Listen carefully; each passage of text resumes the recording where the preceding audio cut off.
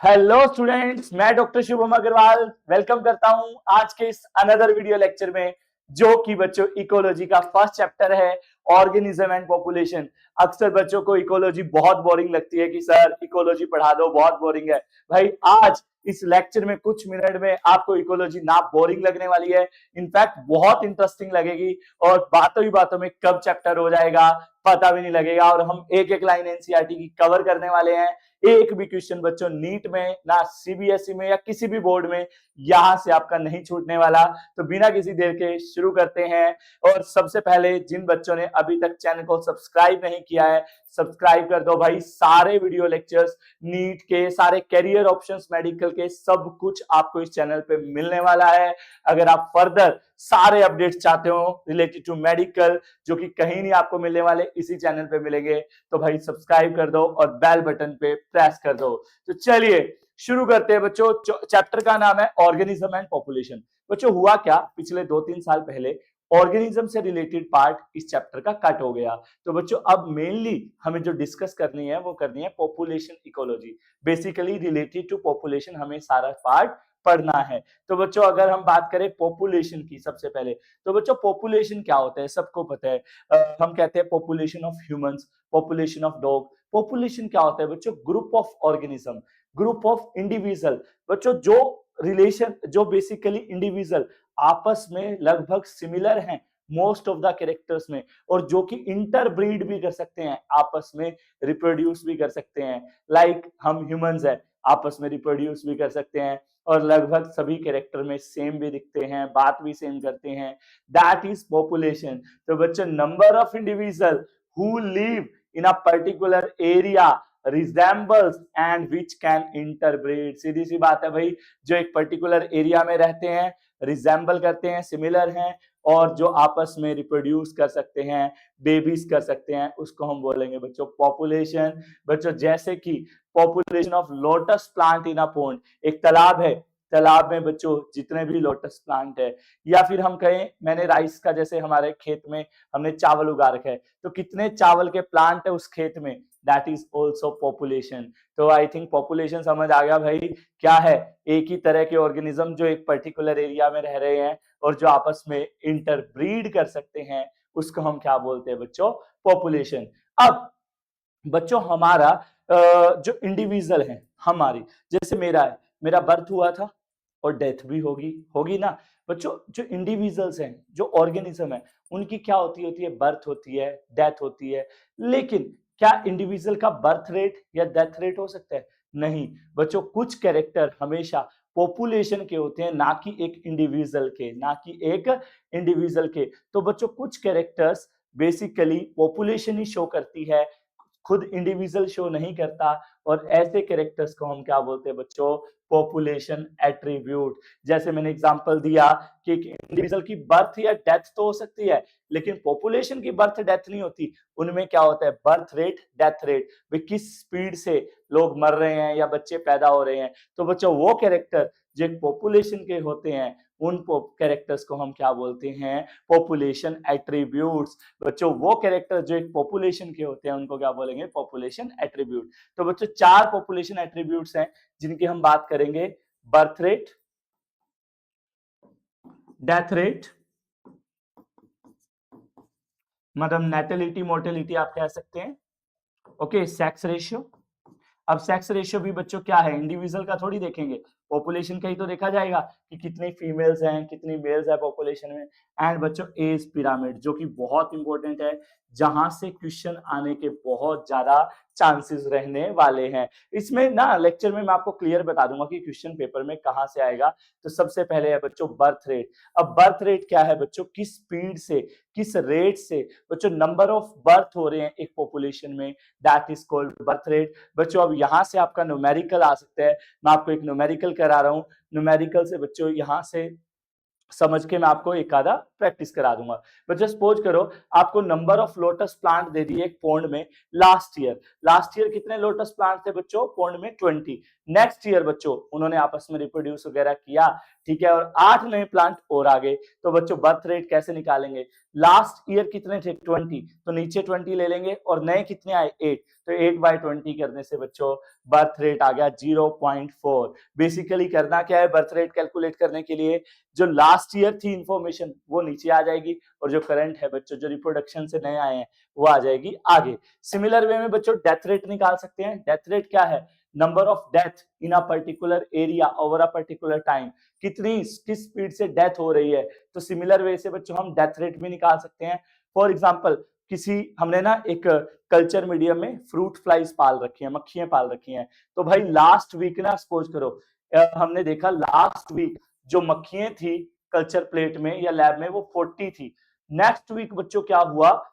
4 died, 4 मक्खियां मर गई। तो बच्चों अब डेथ रेट निकालो, तो डेथ रेट कैसे निकालेंगे बच्चों? जो नई इंफॉर्मेशन, इस वीक कितनी मक्खियां मरी? 4, पिछले वीक कितनी थी? 40, तो बच्चों 4/40 क्या आ गया? 0.1 आ गया आई थिंक समथिंग, ये आ गया बच्चों डेथ रेट पर वीक। तो बच्चों बर्थ रेट और डेथ रेट निकालने से न्यूमेरिकल आ सकता है। तो सिंपल सा है भाई, जो न्यू इंफॉर्मेशन होगी वो ऊपर आ जाएगी, और जो ओल्ड इंफॉर्मेशन थी वो नीचे आ जाएगी। उस तरीके से उस पर्टिकुलर ड्यूरेशन का बर्थ रेट डेथ रेट निकाल सकते हैं। बच्चों नेक्स्ट जो पॉपुलेशन एट्रीब्यूट है वो है सेक्स रेशियो। सेक्स रेशियो क्या होता है बच्चों? It is the relative abundance of male and females in a population. भाई एक पॉपुलेशन में कितनी फीमेल्स हैं, कितने मेल्स हैं, उनका क्या रेशियो है, that is called sex ratio. और सेक्स रेशियो पे बहुत कुछ डिपेंड करता है बच्चों। अगर किसी पॉपुलेशन का सेक्स रेशियो खराब है ना भाई, फीमेल्स का नंबर बहुत कम है मेल्स की कंपैरिजन में, तो भाई वहां का जो पॉपुलेशन ग्रोथ रेट है ना वो स्लो होगा, क्योंकि रिप्रोड्यूस तो भाई फीमेल्स नहीं करना है ना, प्रेग्नेंट तो वुमेन्स ही होंगी, मेंस तो होने से नहीं रहे। तो भाई बेटी बचाओ बेटी पढ़ाओ योजना बिल्कुल सही थी। अगर कंट्री का हमें पॉपुलेशन ग्रोथ भी देखना है तो सेक्स रेशियो मैटर करता है। तो चलिए इस चैप्टर का बच्चों पहला इंपॉर्टेंट टॉपिक जो नीट में और सीबीएसई में बहुत ज्यादा चांस है क्वेश्चन आने के, एज पिरामिड। बच्चों एज पिरामिड क्या है? इसको समझने के लिए ना बच्चों पहले आपको एज ग्रुप समझने पड़ेंगे। मैं आपको कौन से एज ग्रुप से लग रहा हूं, पहले मैं आपको एज ग्रुप बताता हूं। भाई 3 तरह के एज ग्रुप हैं, आपका एज ग्रुप बताना आपका कौन सा है। 3 तरह के एज ग्रुप होते हैं बच्चों। एक होता है प्री रिप्रोडक्टिव एज ग्रुप, जिसमें भाई नवा नवा जट नु प्यार होया है, नवी नवी जट थे जवानी आई है। जब नई नई जवानी आती है, बेसिकली जब जवान होते हैं हम बच्चों, रिप्रोडक्शन बचपन से ही तो नहीं करने लग जाते, पहले हम ग्रोथ करते हैं, मैच्योरिटी आती है। तो बच्चों जो यंग फेज है that is pre reproductive phase. फिर आता है बच्चों रिप्रोडक्टिव फेज, जिसमें हम रिप्रोड्यूस कर सकते हैं। और बच्चों फिर एक फेज आता है जब हम रिप्रोडक्टिव फेज एंड हो जाता है, मेटाबॉलिज्म स्लो हो जाता है, that is post reproductive phase, old age कहते हैं जिसको। उसके बाद क्या आना भाई? राम नाम सत्य है। तो 3 तरह के फेज आते हैं, pre reproductive, reproductive, post reproductive. तो बच्चों इन तीनों फेज में नंबर ऑफ इंडिविजुअल कितने कितने हैं, उसके बेसिस पे बच्चों 3 तरह के एज पिरामिड होते हैं। बच्चों देखिए, if the age distribution is plotted in the population, तो उस स्ट्रक्चर को हम क्या बोलेंगे बच्चों? Age pyramid. 3 तरह के है भाई। देखो पहला है बच्चों एक्सपेंडिंग, दूसरा है स्टेबल, तीसरा है डिक्लाइनिंग। ये ध्यान से समझना भाई। तो देखो 3 तरह के एज ग्रुप है, pre reproductive age group, reproductive age group, post reproductive. अब ध्यान से समझना भाई डेफिनेशन। बच्चों एक्सपेंडिंग में क्या होगा? अगर नंबर ऑफ इंडिविजुअल बच्चों प्री रिप्रोडक्टिव फेज में आप देख पा रहे हैं मैक्सिमम है, अगर नंबर ऑफ इंडिविजुअल बच्चों प्री रिप्रोडक्टिव फेज में मैक्सिमम हो, सबसे ज्यादा है, और उससे कम हो बच्चों रिप्रोडक्टिव एज ग्रुप में, और पोस्ट रिप्रोडक्टिव एज ग्रुप में सबसे कम हो, तो बच्चों पॉपुलेशन जो एज पिरामिड है वो कैसा आएगा? एक्सपेंडिंग। और आपको कर्व कैसा मिलेगा? ट्रायंगुलर शेप कर्व आपको देखने को मिलेगा, एक ट्रायंगल बन रहा है। यह सीधी सी बात है भाई। एक्सपेंडिंग एज पिरामिड की डेफिनेशन क्या होगी? एमसीक्यू भी ऐसे ही मिलेगा आपको। एक्सपेंडिंग में क्या होगा बच्चों? जो नंबर ऑफ इंडिविजुअल है वो मैक्सिमम कहां होंगे? बोलो भाई, प्री रिप्रोडक्टिव एज ग्रुप में। अब बच्चों आ जाओ स्टेबल एज पिरामिड पे। तो आप क्या देख पा रहे हैं बच्चों? जो प्री रिप्रोडक्टिव एज ग्रुप है और रिप्रोडक्टिव एज ग्रुप है, उसमें बच्चों नंबर ऑफ इंडिविजुअल इक्वल हैं। यस, अगर बच्चों नंबर ऑफ इंडिविजुअल इक्वल हो किसमें? प्री रिप्रोडक्टिव एज ग्रुप में, और रिप्रोडक्टिव एज ग्रुप में, और लेसर हो बच्चों पोस्ट रिप्रोडक्टिव एज ग्रुप में, the population age pyramid will be stable. And the last one declining. Declining में क्या होगा बच्चों, आप क्या नजर आ रहा है आपको बच्चों, जो प्री रिप्रोडक्टिव एज ग्रुप है और पोस्ट रिप्रोडक्टिव एज ग्रुप है उसमें बच्चों नंबर ऑफ इंडिविजुअल लेस हैं, और मैक्सिमम कहाँ है बच्चों number of individual reproductive age group में। तो बच्चों अगर number of individual reproductive age में मैक्सिमम हो तो उसको बच्चों डिक्लाइनिंग आएगा। और आप देख रहे हैं ऐसी शेप किसकी होती है, याद आ रहा है कुछ ऐसा शेप से आ रहा है, कहीं और मत जाओ भाई। लुटिया, लोटा, लोटा कैसा होता है भाई, घड़ा, बेसिकली ऊपर से पतला बीच में मोटा नीचे से फिर पतला। कलश भी कह सकते हैं बच्चों, कलश होता है अर्न, तो बेसिकली इसमें अर्न शेप कलर मिलता है। और इसमें बच्चों बेल, बेल नहीं होती मंदिर का घंटा जो आपने मेरे चैनल को सब्सक्राइब करते हुए बजाना है बच्चों, तो इसमें बेल शेप कर्व मिलता है। तो तीनों भाई इस पिरामिड की डेफिनेशन पता लगी और तीनों के बच्चों कर्व समझ आ गए। नाउ बच्चों नेक्स्ट टॉपिक है पॉपुलेशन डेंसिटी। बच्चों पॉपुलेशन डेंसिटी क्या होती है, ध्यान से सुनिए। पॉपुलेशन साइज या पॉपुलेशन डेंसिटी। बच्चों पॉपुलेशन डेंसिटी क्या होता है कि किसी पॉपुलेशन में, साइज का मतलब क्या होता है उसका आकार, तो बच्चों कितने नंबर ऑफ इंडिविजुअल एक पॉपुलेशन में रहते हैं उसको हम बोलते हैं पॉपुलेशन साइज या population density. Number of individual living in a population. जैसे भाई इंडिया में जो ह्यूमन पॉपुलेशन है वो बहुत ज्यादा है as compare to America, New Zealand. क्यों, इंडिया में नंबर ऑफ ह्यूमंस बहुत ज्यादा है तो इसलिए ह्यूमन पॉपुलेशन बहुत ज्यादा है। तो बच्चों पॉपुलेशन डेंसिटी क्या है, जो कितने लोग उस पॉपुलेशन में रह रहे हैं उसको हम बोलते हैं बच्चों पॉपुलेशन डेंसिटी या पॉपुलेशन साइज। और बच्चों पॉपुलेशन साइज को 4 फैक्टर्स हैं जो बच्चों क्या कर सकते हैं, अफेक्ट कर सकते हैं। मतलब पॉपुलेशन साइज बड़ा होगा, कम होगा, ज्यादा होगा, कम होगा, इसको बच्चों 4 फैक्टर है जो डिसाइड करते हैं। सबसे पहला बच्चों नेटेलिटी। देखो एन से नेटेलिटी, एन से नए नए लोगों का आना। अब नए नए लोगों को आना कैसे होगा, रिप्रोडक्शन से। तो बच्चों यस जो आप सोच रहे हैं वही है। नेटेलिटी का मतलब बच्चों number of birth that is during a particular time in a population. बच्चों कितने बच्चे पैदा हो रहे हैं एक पर्टिकुलर पॉपुलेशन में over a particular time, that is called natality. सीधी सी बात है भाई, इसको बी से रिप्रेजेंट करते हैं बच्चों, क्योंकि नेटेलिटी किसको रिप्रेजेंट कर रही है, बर्थ को। तो बच्चों कितनी बर्थ हो रही है एक पर्टिकुलर एरिया में, दैट इज कॉल्ड नेटेलिटी। अब मोर्टेलिटी में क्या होगा बच्चों, कितनी डेथ, मोर्टेलिटी मतलब मरना, तो नंबर ऑफ तो डेथ कितनी हो रही है एक पर्टिकुलर एरिया में over a particular time, that is called mortality. Next बच्चों इमिग्रेशन, और इसमें कंफ्यूजन होता है इमिग्रेशन और एमिग्रेशन में। देखो बच्चों इसमें मैं नहीं कंफ्यूजन होने दूंगा भाई, मैं पढ़ा रहा हूँ, कोई भी टेंशन नहीं, कोई एक एक वर्ड तुम्हें सारे क्लियर होंगे। बच्चों देखो इमिग्रेशन में क्या आ रहा है, आई आ रहा है। आई का मतलब क्या, कहते हैं ना मेरी जिंदगी में वो आई, आई का मतलब क्या, आना।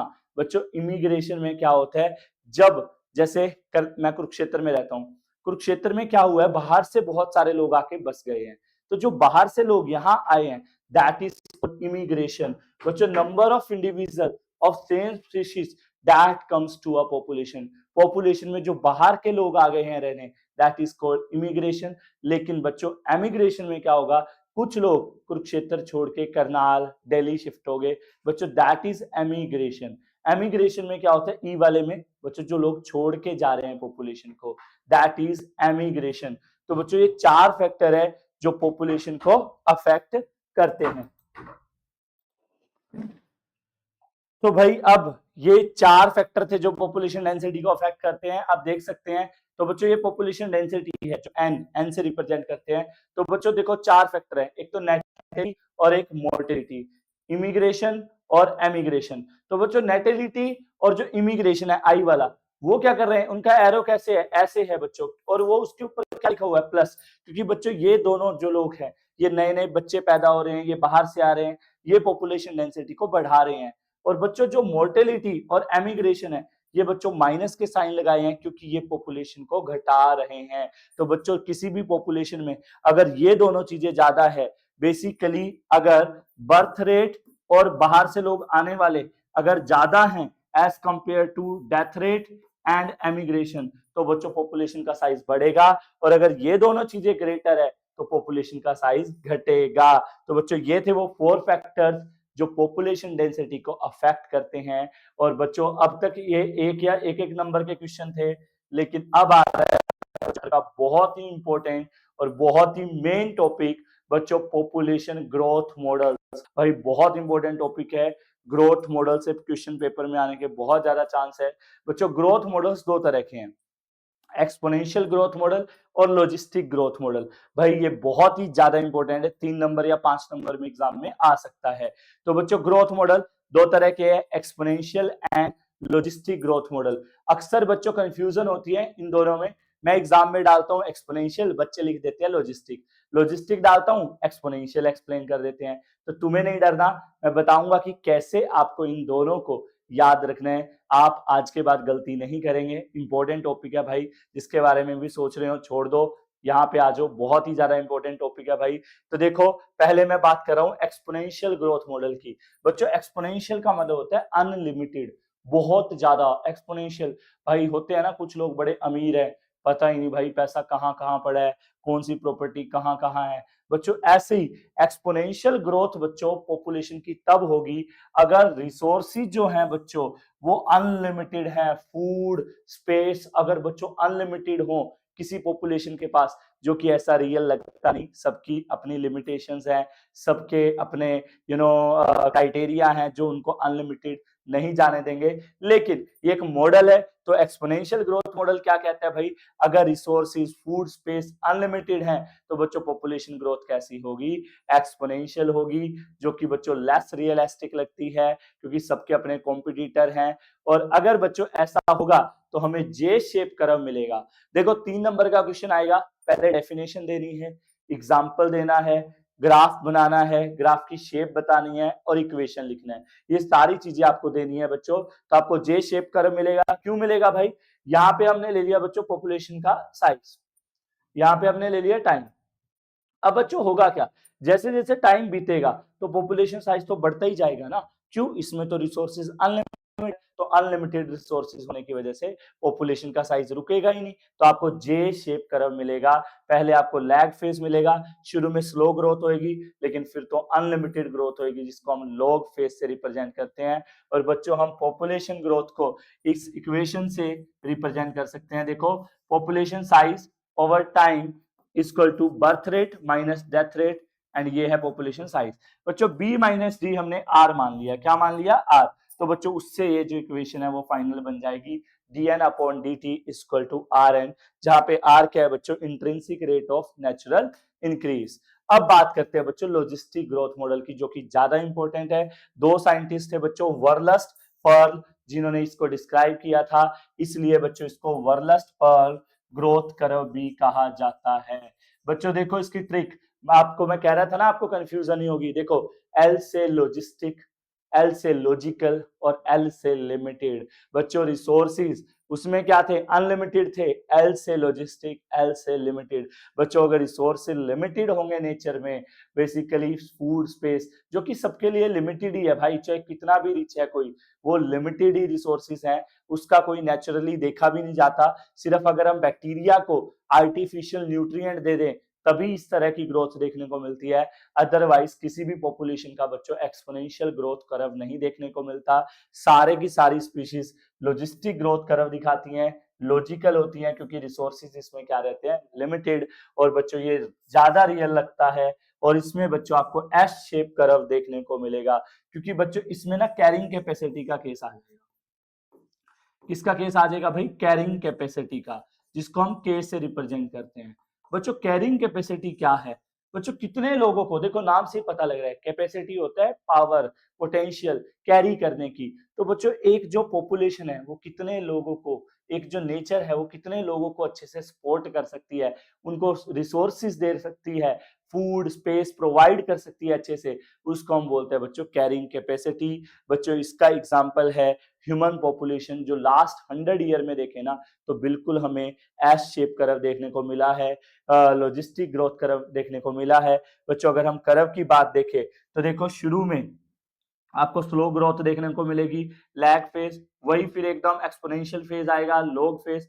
लेकिन फिर ये देखो बच्चों ये है कैरिंग कैपेसिटी के, यहां तक तो पूरा जे शेप जा रहा था, लेकिन जैसी कैरिंग कैपेसिटी पे आएगा तो बच्चों ये रुक जाएगा, यहाँ पे स्टेडी फेज आ जाएगा। बेसिकली आपका एस शेप कर्व देखने को मिलता है, जो कि वहां पे जे शेप कर्व था। और इसकी इक्वेशन भी बच्चों बदल के सेम है, यहां तक तो dn upon dt equal to rn, लेकिन आगे जब k आ जाएगा तो k माइनस एन अपॉन के हो जाएगा, जहाँ पे k बच्चों क्या है, कैरिंग कैपेसिटी। तो बच्चों ये दोनों ही टॉपिक बड़े इंपॉर्टेंट है। मेजर डिफरेंस क्या है, एक्सपोनेंशियल में बच्चों रिसोर्सेज अनलिमिटेड हैं, इसमें लिमिटेड होंगे। इसमें जे शेप कर्व मिलेगा, इसमें एस शेप कर्व मिलेगा।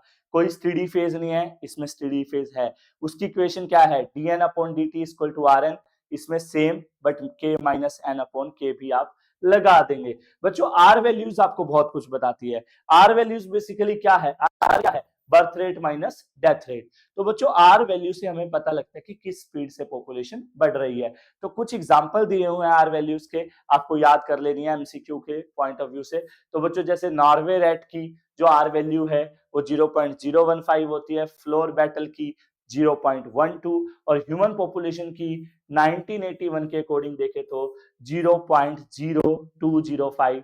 तो ये कुछ आर वैल्यू है भाई, इसका कुछ नहीं कर सकते, रट्टा ही मारना है। और बच्चों अब इस चैप्टर का लास्ट टॉपिक, बस छोटा सा चैप्टर है भाई, ज्यादा टाइम नहीं लगा, और बड़ा इंटरेस्टिंग टॉपिक अब आने वाला है भाई, पॉपुलेशन इंटरेक्शन। इससे मजेदार कोई टॉपिक है ही नहीं भाई, बड़ा इंटरेस्टिंग टॉपिक है पॉपुलेशन इंटरेक्शन। तो बच्चों 6 तरह की पॉपुलेशन इंटरेक्शन होती है। Number 1 mutualism, competition, predation, parasitism, commensalism, amensalism. पता है तुम सबका भी इंटरेक्शन है, किसी दोस्त के साथ अच्छा है, किसी के साथ बुरा है, किसी के साथ न्यूट्रल है। बच्चों आपको पता है हम सोचते हैं कि बंदा या तो अच्छा हो सकता है किसी के लिए या बुरा। नहीं बच्चों, 6 तरह के इंटरेक्शन एक्चुअल पॉसिबल है नेचर में। उन 6 के 6 इंटरेक्शन आज आपको समझाएंगे, बताएंगे, मजेदार बातें आएंगी, बड़ी जिंदगी में सिखाने वाली कई बातें भी इस टॉपिक में आपको आएंगी। अगर इन टॉपिक्स को आप अच्छे से समझोगे तो लाइफ में भी कभी मार नहीं खाएंगे। जैसे बच्चों मैं आपको एग्जांपल देता हूँ, सपोज करो आप एग्जाम कर रहे हैं, अब आपका दोस्त है, आपका दोस्त आपके साथ बैठे है, तो आप क्या करते हैं अक्सर कि तू मुझे थर्ड बता दे, मैं तुझे फिफ्थ बताता हूँ, दोनों एक दूसरे को बता देते हैं, दोनों का बेनिफिट हो गया। बच्चों इस तरह का जो रिलेशन है उसको बोलते हैं बच्चों म्यूचुअलिज्म। बच्चों ये वो इंटरेक्शन है दो स्पीशीज के बीच में, अलग अलग स्पीशीज के बीच में, जहां पे दोनों को बेनिफिट अगर हो तो उसको हम बोलते हैं बच्चों म्यूचुअलिज्म। जैसे मैंने क्लास का एग्जांपल दिया, अब दूसरा क्लास का एग्जांपल लेता हूं एक बार। आप और आपका दोस्त पेपर कर रहे हैं, लेकिन दोनों एक दूसरे से जेलस फील करते हैं। आपने उसको कहा फोर्थ बता दे, ठीक है मैं तुझे सिक्स्थ बता दूंगा। अब आप सोच रहे हो मैं इससे फोर्थ सही पूछ लेता हूँ, सिक्स्थ इसको गलत बता दूंगा। यही सेम सामने वाला सोच रहा है। अब आप दोनों ने एक दूसरे का क्वेश्चन गलत करा दिया। क्यों? वहां पे कंपटीशन था बच्चों। जहां पे कंपटीशन होता है बच्चों, ये जो प्लस माइनस और जीरो में साइन यूज कर रहा हूं, प्लस का मतलब है बच्चों यहाँ पे बेनिफिशियल प्रॉफिट, और नेगेटिव का मतलब है बच्चों हार्मफुल, और जीरो का मतलब है बच्चों न्यूट्रल, ना तो बेनिफिट होगा ना ही नुकसान होगा। तो बच्चों म्यूचुअलिज्म में क्या होगा, दोनों स्पीशीज को बेनिफिट होगा। कंपटीशन जहां भी होता है बच्चों वहां पे तो दोनों स्पीशीज एक दूसरे का नुकसान ही करेगी ना। बच्चों अगर हम बात करें प्रीडेशन पैरासिटिज्म में, तो दोनों केस में बच्चों एक को बेनिफिट और एक को नुकसान होगा। प्यार याद रखना, प्यार में एक बिखर जाता है एक बन जाता है भाई, तो एक को बेनिफिट होगा एक को नुकसान। अगर बात करें बच्चों कॉमन सेलिज्म की, तो कॉमन सेलिज्म में बच्चों एक को बेनिफिट होगा और एक को ना बेनिफिट ना नुकसान, न्यूट्रल। बच्चों एमन सेलिज्म में एक को नुकसान होगा और एक को कोई फायदा या नुकसान नहीं होगा। ये बच्चों सिंबल्स भी बहुत इंपॉर्टेंट है, पेपर में आ जाता है। जैसे आ जाएगा एमन सेलिज्म में क्या होता है, एमन सेलिज्म देखिए 4 ऑप्शन दे देंगे। इन द केस ऑफ एमन सेलिज्म क्या पाया जाता है, option A plus plus, option B minus plus, option C plus zero, option D minus zero. तो जैसे बच्चों आंसर आएगा डी। ऐसे क्वेश्चन बहुत बार सीबीएसई और नीट में आए हैं। तो ये जो टेबल है आपकी आंखों के आगे, एक तो इससे आपको डेफिनेशंस याद होगी सबकी, और एक ये सिंबल से क्वेश्चन डायरेक्ट भी आता है। तो वन बाय वन बच्चों एमनसेलिज्म डिस्क्राइब नहीं कर रखा बुक में, बाकी हम सभी की सभी इंटरेक्शन पढ़ते हैं एग्जाम्पल से, और ज्यादा मजा आएगा, समझने में भी मजा आएगा बच्चों। तो पहला है म्यूचुअलिज्म। म्यूचुअलिज्म में क्या होगा बच्चों, वो इंटरेक्शन जिसमें दोनों स्पीशीज को क्या होंगे, बेनिफिट्स होंगे, उसको हम क्या बोलेंगे बच्चों, mutualism. It is interaction between two species बच्चों जिसमें दोनों को बेनिफिट होंगे उसको हम बोलते हैं म्यूचुअलिज्म, सिंपली सिम्बायोटिक रिलेशन भी बोलते हैं। बच्चों इसको एग्जांपल से देखते हैं। पहला एग्जांपल है बच्चों लाइकन्स। यस, लाइकन्स को अगर हम देखें तो लाइकन्स बच्चों किसके बीच में म्यूचुअलिज्म है? एल्गी और फंजाई के बीच में। यस, एल्गी और फंजाई दोनों रिलेशन में आते हैं, उस रिलेशन को बच्चों हम लाइकन्स बोलते हैं, और जिसमें दोनों का बच्चों बेनिफिट होगा। कैसे बेनिफिट होगा भाई? एल्गी जो है बच्चों वो फंजाई को क्या करेगी? फूड प्रोवाइड करेगी बाय फोटोसिंथेसिस। बदले में बच्चों फंजाई एल्गी को क्या देगी? शेल्टर देगी। क्या देगी? शेल्टर। तो बच्चों देखो दोनों को बेनिफिट हो रहा है, एल्गी को भी और फंजाई को, तो दोनों को बेनिफिट हो रहा है, तो बच्चों ये क्या हुआ? म्यूचुअलिज्म, दोनों को बेनिफिट होगा। बच्चों माइकोराइजा सेकंड एग्जांपल। देखो वर्ड्स को तोड़ो, काफी चैप्टर में आता है माइकोराइजा। माइको वर्ड जब भी आए बच्चों, माइको का मतलब होता है फंजाई, राइजा का मतलब होता है बच्चों रूट्स। तो बच्चों ये म्यूचुअलिज्म किस किस के बीच में है? फंजाई और रूट्स के बीच में। अब बच्चों दोनों को बेनिफिट क्या है? फंजाई बच्चों रूट्स को किस में हेल्प करेगी? एब्जॉर्प्शन ऑफ मिनरल्स में। कि तुम मुझे, वो नहीं था सुभाष चंद्र बोस जी का नारा था, तुम मुझे खून दो मैं तुम्हें आजादी दूंगा।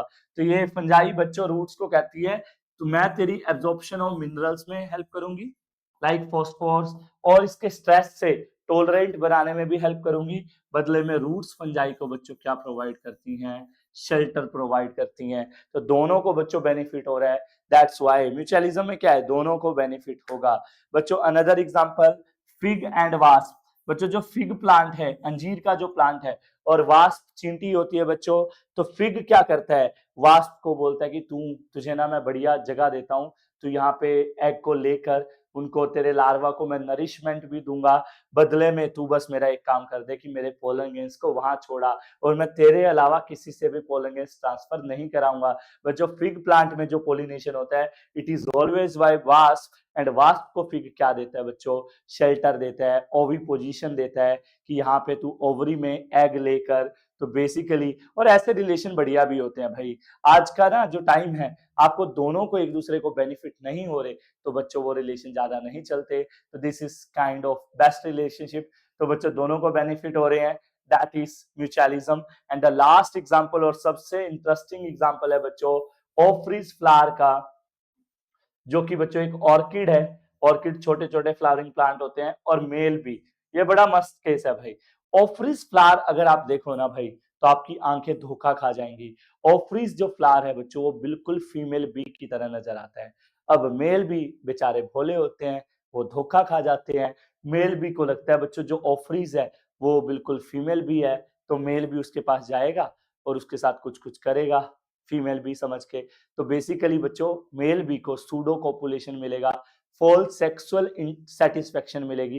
वैसे तो कुछ नहीं मिलेगा, लेकिन सेक्सुअल सेटिस्फेक्शन, जिसको हम सेक्सुअल रिसीट भी बोलते हैं, ये मिलेगी। और फिर वो दूसरे फ्लावर पे जाएगा, तो बेसिकली उसके साथ ना पोलन चिपकते रहेंगे। तो प्लांट को बच्चों ये बेनिफिट हो रहा है कि उसको पोलिनेशन मिल रहा है, लेकिन ऑफ्रिज को बेसिकली बच्चों सूडो कॉपुलेशन मिलता है। तो इन चारों एग्जांपल्स में आपने देखा दोनों को क्या हो रहा है भाई? बेनिफिट्स हो रहे हैं। So they are all are classical examples of mutualism.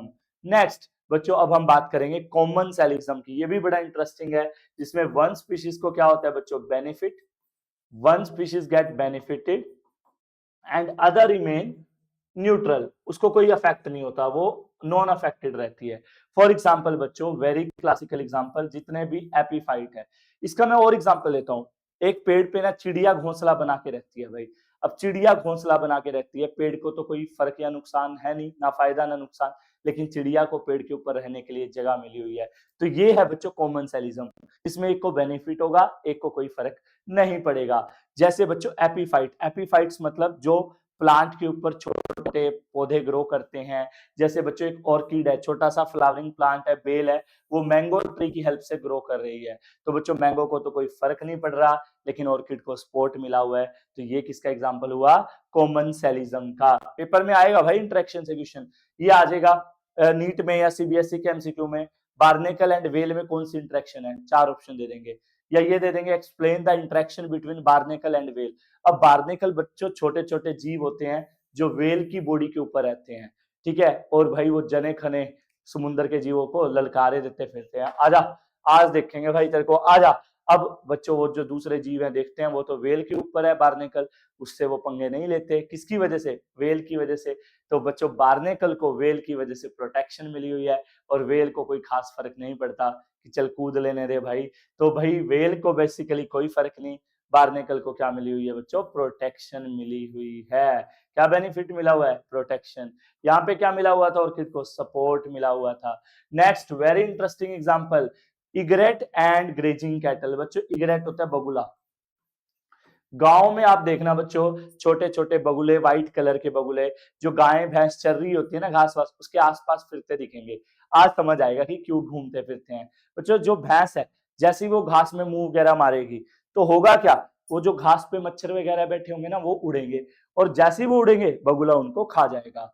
तो बेसिकली बच्चों बगुले को क्या हो रहा है? बेनिफिट। उसको शिकार नहीं ढूंढना पड़ रहा, उसके सामने शिकार खुद चल के आ रहा है, और भैंस को या गाय को कोई फर्क नहीं पड़ रहा। तो बेसिकली बच्चों इसको कोई मेहनत नहीं करनी पड़ रही, और यस कैटल बेसिकली समझ ही गए होंगे, उसको कोई फर्क नहीं पड़ रहा। Next one is clown fish and C anemone. अब बच्चों जो सी एनिमोन है, उसके पास होते हैं टेंटेकल्स, स्टिंगिंग टेंटेकल्स, जहरीले बच्चों हेयर लाइक स्ट्रक्चर होते हैं, जो बहुत ही जहरीले होते हैं। तो बच्चों क्लाउन फिश, छोटी सी फिश, बेसिकली इन टेंटिकल्स में चिपके रहती है, खुद को हाइड करती है। तो बच्चों बेसिकली क्लाउन फिश को क्या मिल रही है? प्रोटेक्शन मिली हुई है, और टेंटिकल्स को, सी बार्नेकल को, सी एनिमोन को सॉरी, कोई फर्क नहीं पड़ता है। तो ये चारों एग्जाम्पल में बच्चों आपने देखा, one species is getting benefit and other remain not affected, non affected, that's why they all are classical example of commensalism. अब बात करेंगे बच्चों one of the very important interaction, competition. बच्चों जिसमें दोनों ही स्पीशीज को क्या होगा? हार्म। बच्चों कॉम्पिटिटर कभी भी एक दूसरे का बेनिफिट नहीं कर सकते, वो दोनों एक दूसरे का नुकसान करेंगे। अब इसमें ये तो ना बहुत ध्यान से सुनना, क्योंकि आप जिस फेज में हैं, आपको सारे एंट्रेंस देने हैं, 12th के बोर्ड्स देने हैं अभी, तो कंपटीशन से अच्छा टॉपिक आपके लिए नहीं बन सकता। तो बच्चों कंपटीशन आपको क्या लगता है? सबको लगता है कि कंपटीशन तो रिलेटेड ऑर्गेनिज्म ही होता है। तुम्हारा आर्ट्स वालों से थोड़ी कंपटीशन है, किससे कंपटीशन है? मेडिकल वालों से। आर्ट्स वालों से होगा? नहीं।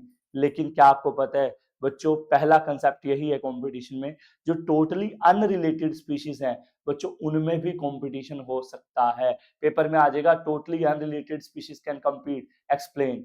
Yes they can compete। बच्चों एग्जांपल देता हूं मैं आपको, जैसे कि बच्चों नॉर्थ अमेरिकन लेक्स हैं बच्चों, यस साउथ अमेरिकन लेक्स है सॉरी, वहां पे बच्चों जो फ्लेमिंगो है, फ्लेमिंगो एक बर्ड है, और वहां पे जो फिशेस रहती हैं इस लेक्स में, उनमें आपस में कंपटीशन हो जाता है, क्योंकि बच्चों दोनों ही पानी के ऊपर बैठने वाले जो मच्छर होते हैं, जू प्लैंकटन होते हैं, उसको खाती हैं। तो दोनों का फूड सेम हो गया। फिश का भी, अब फिश और बर्ड दोनों एक हवा में रहते हैं, एक पानी में, हम सोचेंगे उनमें थोड़ी कंपटीशन होगा, लेकिन साउथ अमेरिकन लेक्स में दोनों भिड़ जाती हैं, किसके लिए? फॉर देयर कॉमन फूड, जू प्लैंकटन। तो बच्चों ये बात प्रूव करती है कि टोटली अनरिलेटेड स्पीशीज में भी क्या हो सकता है? कंपटीशन हो सकता है। अब बच्चों नेक्स्ट कंसेप्ट है इंटरफेरेंस कंपटीशन। बच्चों इंटरफेरेंस कंपटीशन क्या कहते हैं, इसको दूसरे लैंग्वेज में समझाता हूं। बच्चों एक कहावत सुनी होगी तुम सबने, कि लोग ना अपने दुखों से दुखी नहीं है, दूसरों के सुखों से दुखी है। यही इंटरफेरेंस कंपटीशन है। बच्चों क्या होता है, मेरे सामने वाले के पास बहुत बड़ी कार है ना, तो मुझे अच्छा नहीं लगेगा। बेशक मेरे पास अच्छी कार है, लेकिन मुझे उसकी कार ज्यादा अफेक्ट करेगी। बच्चों इंटरफेरेंस कंपटीशन यही है, कि बच्चों ये क्या कहता है, एक स्पीशीज के ऊपर बहुत असर पड़ता है अगर कोई कॉम्पिटिटिवली सुपीरियर स्पीशीज प्रेजेंट हो। जैसे कि बच्चों बड़ा इंटरेस्टिंग केस है, हुआ क्या बच्चों, ध्यान से सुनिए। ये बात है बच्चों गैलापैगस आइलैंड की। गैलापैगस आइलैंड में क्या हुआ भाई, अबिंडन टोर्टोइस, छोटे छोटे कछुए रहते थे, थोड़ा सा घास खाते थे, लेकिन वहां घास बहुत था। तो बच्चों वहां पे ना गोट्स को इंट्रोड्यूस किया गया, बकरियों को। तो देखते ही देखते देखते ना बच्चों, कुछ ही टाइम में बच्चों वो कछुए थे जो अबिंडन टोर्टोइस थे, वो वहां से एक्सटिंक्ट हो गए। क्यों? उनसे ये बर्दाश्त नहीं हुआ कि अरे ये बकरियां इतना फूड खा जाती हैं, जबकि उनके लिए कोई कमी नहीं थी।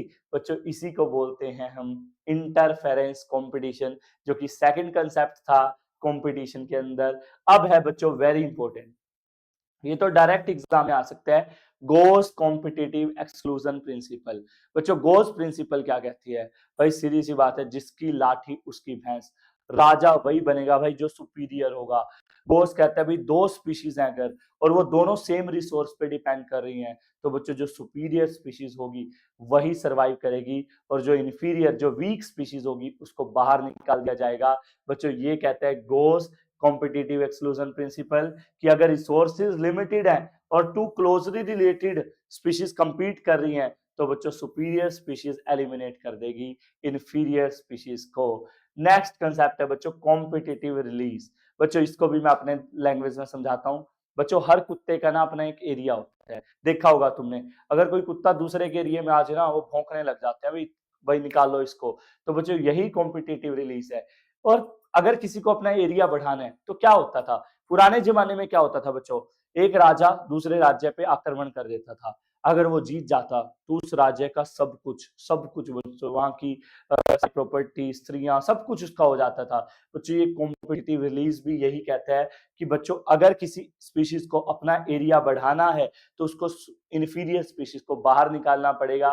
फॉर एग्जाम्पल बच्चों कोनल एलिगेंट फील्ड एक्सपेरिमेंट में देखा गया। बच्चों वहां पे एक बड़ा बार्नेकर है, इसका नाम है बेलेनस। एक बड़ा बार्नेकल था बच्चों बेलेनस, वो बलवान था, नाम से ही पता लग रहा है बेलेनस बल वाला। और बच्चों एक छोटा बार्नेकर रहता था कैथामेलस। बच्चों बेलेनस ने अपने बल से इस कैथामेलस की कथा खत्म कर दी क्योंकि ये बेचारा था और बेलेनस बलवान था। तो बच्चों सीधी सी बात है भाई, पावरफुल बनो वरना कोई भी आपकी कहानी खत्म कर सकता है। Be the best, find out your best version बच्चों। नाउ बच्चों रिसोर्स पार्टीशनिंग। रिसोर्स पार्टीशनिंग क्या कहती है भाई, कंपीटिंग। यस ये अब तक लड़ने भिड़ने वाली बातें थी। अब बच्चों एक बुजुर्ग बंदा आया, उसने क्या समझाया कि भाई लड़ना ही अकेला सोल्यूशन नहीं है। बच्चों दो या दो से ज्यादा स्पीशीज एक साथ रह सकती हैं बाय रिसोर्स पार्टीशनिंग। बच्चों जो कंपीटिंग स्पीशीज है वो कंपटीशन को अवॉइड कर सकती हैं अलग अलग टाइम चूज करके शिकार के लिए या किसी भी अलग पैटर्न से। That is called resource partitioning. For example बच्चों मैकार्थर एक साइंटिस्ट था, उसने लोगों को दिखाया कि 5 अलग अलग स्पीशीज एक बर्ड की, बच्चों बर्ड का नाम है वार्बलर, वो सेम ट्री पे रह रही थी। तो बच्चों उसने कहा देखो भाई जब हमारे घर में लड़ाई होती है तो मम्मी पापा क्या कहते हैं कि हमारे टाइम में इतने 10-10 लोग एक ही घर में रहते थे, तुम दो भाइयों में नहीं बनती। तो बच्चों ये वही था, मैकार्थर वही बात बता रहा था कि एक ट्री पे बच्चों 5 स्पीशीज वार्बलर की रह रही थी। तो ऐसा रह सकते हैं, एडजस्टमेंट करनी पड़ेगी, यही कहना था बच्चों मैकार्थर का। नेक्स्ट टॉपिक है बच्चों प्रीडेशन। प्रीडेशन में क्या होगा बच्चों, एक स्पीशीज को बेनिफिट होगा एक को नुकसान होगा। बच्चों predation is very common in our society. Predation बच्चों बहुत जरूरी है इकोसिस्टम की स्टेबिलिटी के लिए। कैसे बच्चों, प्रीडेशन है क्या, प्रीडेशन में क्या होता है बच्चों, एक बड़ी स्पीशीज होती है पावरफुल स्पीशीज जिसको हम बोलते हैं बच्चों प्रीडेटर। एक बच्चों पावरफुल स्पीशीज मिलेगी जिसको हम बोलेंगे प्रीडेटर। स्पीशीज ए होगी जो कि बहुत पावरफुल होगी जिसको हम बोलेंगे प्रीडेटर। और एक होगा बच्चों प्रे जो कि वीक स्पीशीज होगी जिसको हम मानते हैं स्पीशीज बी। ये बहुत वीक होगी, छोटी सी होगी।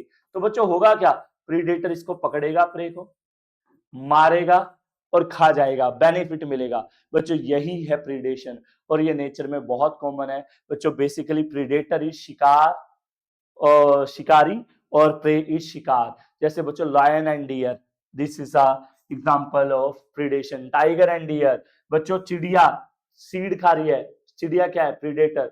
गाय घास खा रही है, अब गाय क्या है प्रीडेटर और घास क्या है प्रे। बेसिकली बच्चों छोटी स्पीशीज को बड़ी स्पीशीज खा जाती हैं, दैट इज प्रीडेशन। और बच्चों प्रीडेशन बहुत जरूरी है क्योंकि अगर प्रीडेटर नहीं हुए तो बच्चों प्रे की पॉपुलेशन आउट ऑफ कंट्रोल हो जाएगी, तबाही मच जाएगी। तो बच्चों प्रीडेशन बहुत जरूरी है इकोसिस्टम को, स्टेबिलिटी को। बच्चों दो बड़े कारण बताता हूं कि प्रीडेटर का होना क्यों जरूरी है। बच्चों पहला कारण, they make a check on prey population. बच्चों प्रे को कंट्रोल में रखते हैं। फॉर एग्जांपल 1920 की बात बताता हूँ भाई मैं तुम्हें, ऑस्ट्रेलिया की। बच्चों ऑस्ट्रेलिया में 1920 की बात है, वहां पे ना एक कैक्टस इंट्रोड्यूस किया गया, प्रिकली पियर कैक्टस। देखते ही देखते ना बच्चों ये मिलियंस ऑफ हेक्टेयर में फैल गया, बहुत ऑस्ट्रेलिया की बहुत जगह पे फैल गया। क्यों, इसका कोई प्रीडेटर नहीं था नेचुरल। तो बच्चों इसको कंट्रोल करने के लिए वहां पे बच्चों मौत को इंट्रोड्यूस किया गया, जिसको खाता था एक मच्छर को इंट्रोड्यूस किया गया, उसने इसको खाना शुरू किया। तब जाके ये कंट्रोल हुआ। बेसिकली प्रीडेटर बच्चों प्रे को कंट्रोल में रखते हैं, अगर प्रीडेटर नहीं हुआ तो प्रे ओवर एक्सप्लोर कर जाएगा। नेक्स्ट बच्चों, जो प्रीडेटर है वो कंपटीशन को भी अवॉइड करते हैं। बच्चों जो प्रे की स्पीशीज हैं उनके बीच में बच्चों कंपटीशन की इंटेंसिटी को वो कम करते हैं। बच्चे सोच रहे होंगे ये कैसे, ये क्या बात। बच्चों जब कोई बड़ा होता है ना तब ना सारे छोटे छोटे टिक्के रहते हैं। जैसे जंगल में शेर है ना तो सारे एनिमल ना दुबक के रहते हैं, पता है भाई शेर सबको फटे जग देगा। अगर शेर नहीं रहा ना तो बच्चों जना खना कहेगा मेरे को राजा बनाओ, वो आपस में लड़ लड़ के मर जाएंगे। बच्चों ये है इस पॉइंट का मतलब। जैसे कि बच्चों अमेरिकन के एक ओशन में देखा गया, वहां पे ना एक बड़े प्रीडेटर को, पिजास्टर को, जो कि एक स्टारफिश है, उसको हटाया तो देखते ही देखते बच्चों 10 से ज्यादा इनवर्टिब्रेट्स की स्पीशीज एक्सटिंक्ट होगी, आपस में लड़ लड़ के मर गए कि अब मेरा सिक्का चलेगा, मेरा सिक्का चलेगा। तो बच्चों और एक बात और, जो प्रीडेटर्स होते हैं ना बच्चों वो बड़े समझदार होते हैं, वो प्रूडेंट होते हैं। प्रूडेंट का मतलब वो कभी भी स्पीशीज को ओवर एक्सप्लोट नहीं करते, वह स्पीशीज को पूरी तरह खत्म नहीं करते। गाय ना घास पूरा जड़ से नहीं खा के जाती, ऊपर ऊपर से खा के जाती है, पता है अगले दिन भी खाने आना है। तो बच्चों प्रीडेटर कभी भी प्रे की पॉपुलेशन पूरी तरह खत्म नहीं करते, क्योंकि उन्हें पता है अगर प्रे खत्म हुई तो वो भी क्या हो जाएंगे, एक्सटिंक्ट हो जाएंगे। यस, अब ये तो थी बच्चों प्रीडेटर्स की बात। अब बात करेंगे प्रे की। बच्चों प्रे भी सीधा चुपचाप बैठेगा नहीं, प्रे भी क्या करेगा, कुछ डिफेंस मैकेनिज्म अपनाएगा, डिफेंस कुछ डेवलप करेगा कि वो प्रीडेटर से खुद को बचा सके।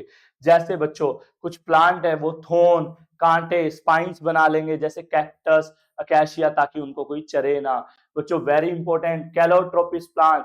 बच्चों आम का जो पौधा है वो दूध सा प्रोड्यूस करते हैं ना, वो दूध का नाम होता है बच्चों कार्डिक ग्लाइकोसाइड ड्रग, ताकि बच्चों उसको कोई भी गाय बकरी वगैरह खाए ना। तो याद रखना बच्चों, कैलोट्रोपिस कौन सा ड्रग प्रोड्यूस करता है, कार्डिक ग्लाइकोसाइड, ताकि उसको कोई खाए ना। बच्चों कई इंसेक्ट वगैरह कैमोफ्लेज करते हैं। कैमोफ्लेज का मतलब बच्चों वो सराउंडिंग से अपना कलर मैच कर लेते हैं ताकि प्रीडेटर की नजरों में ना आए। जैसे ग्रास ऊपर ग्रीन ग्रीन क्यों होता है, ताकि वो स्नेक वगैरह के आंखों में ना चढ़े। नेक्स्ट बच्चों ये भी प्रीडेशन में बहुत इंपॉर्टेंट कनेक्ट है, मोनार्क बटरफ्लाई। बच्चों ये दो बातें बी और डी पॉइंट बहुत इंपॉर्टेंट है। मोनार्क बटरफ्लाई का केस बड़ा इंटरेस्टिंग है, बहुत बार एग्जाम में आता है भाई। मोनार्क बटरफ्लाई जो होती है ना बच्चों, ये ना बहुत ज्यादा गंदी होती है टेस्ट में। It is highly distasteful to its predator. इसको कोई प्रीडेटर खाए ना तो उसको टेस्ट बहुत गंदा लगेगा। क्यों भाई, वो होता है ना कि जितना गंदे आप रहोगे ना उतना ही सेफ रहोगे। बच्चों वो है ना, गंदे आदमी पे कोई सवाल नहीं उठाता, कोई पंगे नहीं लेता, भाई रहने दे भाई, उससे पंगे ना ले। तो मोनार्क बटरफ्लाई भी बच्चों गंदी है टेस्ट में। क्यों, वो ना अपनी कैटरपिलर स्टेज पे बच्चों एक पॉइजनस जहरीले वीड को फीड करती है, और इसलिए वो हाईली डिस्टेस्टफुल होती है, ताकि उसको प्रीडेटर खाए ना। कुछ प्लांट बच्चों कुछ केमिकल्स भी प्रोड्यूस करते हैं, जैसे निकोटीन, कैफीन, स्मैक, ओपियम, ताकि उनको बच्चों एनिमल्स ना चरे। तो बच्चों ये था सब कुछ आपका प्रीडेशन के बारे में। Finally now we will talk about last topic, parasitism. बच्चों पैरासिटिज्म में भी एक स्पीशीज को बेनिफिट होता है, एक को नुकसान। अब कई बच्चे सोच रहे होंगे सर प्रीडेशन में भी ऐसा था। यस, तो ये अलग कैसे है बच्चों, ये अलग है। अब आप 10 दिन नहाओ ना, आपके सिर में जुएं पड़ जाएगी। अब वो जुएं क्या करेगी, आप बड़े हो, जुएं छोटी सी है, लेकिन वो आपका खून पीती रहेंगी और उनको बेनिफिट होता रहेगा। मार नहीं रही है और वो आपको, लेकिन बेनिफिट ले रही है। This is what we call parasitism. Parasitism में क्या होता है बच्चों, छोटे छोटे पैरासाइट होस्ट बॉडी के ऊपर रहते हैं और उससे नरिशमेंट लेते रहते हैं। This is what we call parasitism. और बच्चों पैरासाइट जो होते हैं बेसिकली वो दो टाइप के होते हैं, एक्टोपैरासाइट जो बॉडी के सरफेस पे रहे, और एंडोपैरासाइट जो बॉडी के अंदर जाके नरिशमेंट ले। जैसे बच्चों ticks on dogs, copepods on fish, cuscuta plant on hedge plant. बच्चों जो ये बेल सी लग जाती है प्लांट पे, ये सारे एक्टो है। और एंडो का बच्चों प्लाज्मोडियम जो मलेरियल पैरासाइट हमारी बॉडी के अंदर जाके रहता है, बच्चों वो है एंडोपैरासाइट। बच्चों पैरासाइट कोई भी हो वो बनना आसान नहीं है, कुछ बच्चों एडेप्टेशन करनी पड़ती है। एडेप्टेशन कुछ फीचर शो करने पड़ते हैं, तभी जाके आप पैरासाइट बन सकते हैं। फॉर एग्जांपल बच्चों आपको अननेसेसरी ऑर्गन को लॉस करना पड़ेगा, like loss of digestive system. बच्चों पैरासाइट का कोई डाइजेस्टिव सिस्टम नहीं होता, तो अननेसेसरी ऑर्गन्स का बच्चों लॉस करना पड़ता है। हुक्स और सक्कर डेवलप करने पड़ते हैं। हुक बच्चों जिससे वो चिपके रहते हैं, सक्कर जिससे वो सक करते रहते हैं नरिशमेंट। हाई रिप्रोडक्टिव कैपेसिटी, बच्चों बहुत तेजी से वो रिप्रोड्यूस करते हैं। बच्चों 2 या ज्यादा होस्ट पे अपनी लाइफ साइकिल कंप्लीट करते हैं, तो बच्चों कुछ कॉम्प्लिकेटेड फीचर उनको शो करने पड़ते हैं, तभी वो एज पैरासाइट शो कर पाते हैं, सरवाइव कर पाते हैं। बच्चों पैरासिटिज्म में जो सबसे मेन बात है वो है बच्चों brood parasitism. Very very very very important last topic है, लास्ट बात बहुत इंपॉर्टेंट है भाई। ब्रूड पैरासिटिज्म क्या होता है भाई? जो कोयल है ना, कोयल कोयल बच्चों जो अपने अंडे देती है ना, वो कौए के घोंसले में देती है भाई। कौआ बच्चों कोयल के बच्चों का दुश्मन होता है। कौए को पता लग जाए ना कोयल ने अंडे दिए हैं, उनको खा जाता है। तो कोयल ने इसका सोल्यूशन क्या निकाला? कोयल ने अपने अंडे बच्चों बिल्कुल सेम बाय एवोल्यूशन, उसके जो अंडे हैं वो कौए के अंडे से बिल्कुल रिजेंबल करते हैं, और वो अपने अंडे कौए के घोंसले में देती है। कौआ सोचते हैं ये तो मेरे ही बच्चे हैं, उनको पालता रहता है। और बच्चों जब वक्त आ जाता है बच्चे निकलने का, कोयल उन अंडों को उड़ा ले जाती है। तो बच्चों ये जो केस है वो है ब्रूड पैरासिटिज्म। जो पैरासिटिक बर्ड है, जो छोटा बर्ड है लाइक कुकू, कोयल, वो अपने अंडे कहाँ ले करता है? होस्ट के, जो कि क्रो है, उसके घोंसले में, और होस्ट उसको इंक्यूबेट करता है। दिस इज बच्चों आपका पैरासिटिज्म। बच्चों अगर एमेंसेलिज्म है जो लास्ट इंटरेक्शन है, उसकी सिर्फ डेफिनेशन याद रखना। एमेंसेलिज्म में बच्चों क्या होता है? One species get harm and other remain neutral. Book में एग्जांपल नहीं दे रखा, लेकिन मैं आपको बता सकता हूं बच्चों, जैसे आपने एंटीबायोटिक की डिस्कवरी में पढ़ा, एक बैक्टीरिया है स्टेफाइलोकोकस, और एक फंगस है बच्चों पेनिसिलियम। तो बच्चों जहां पेनिसिलियम ग्रो करेगी ना, वहां पे ये ग्रो नहीं कर पाएगा। तो बच्चों इसको नुकसान होगा और इसको कोई फर्क या नुकसान नहीं होगा। तो this is again example of amensalism. तो बच्चों by this we completed our organism and population. आपको सारा इंपॉर्टेंट भी पता लग गया, कहां कहां से कौन से टॉपिक से क्वेश्चन आ सकता है। बच्चों इस चैनल को ज्यादा से ज्यादा बच्चों से शेयर करें, सब्सक्राइब करें, और बाकी वन शॉट्स के भी जरूर वीडियो देखें।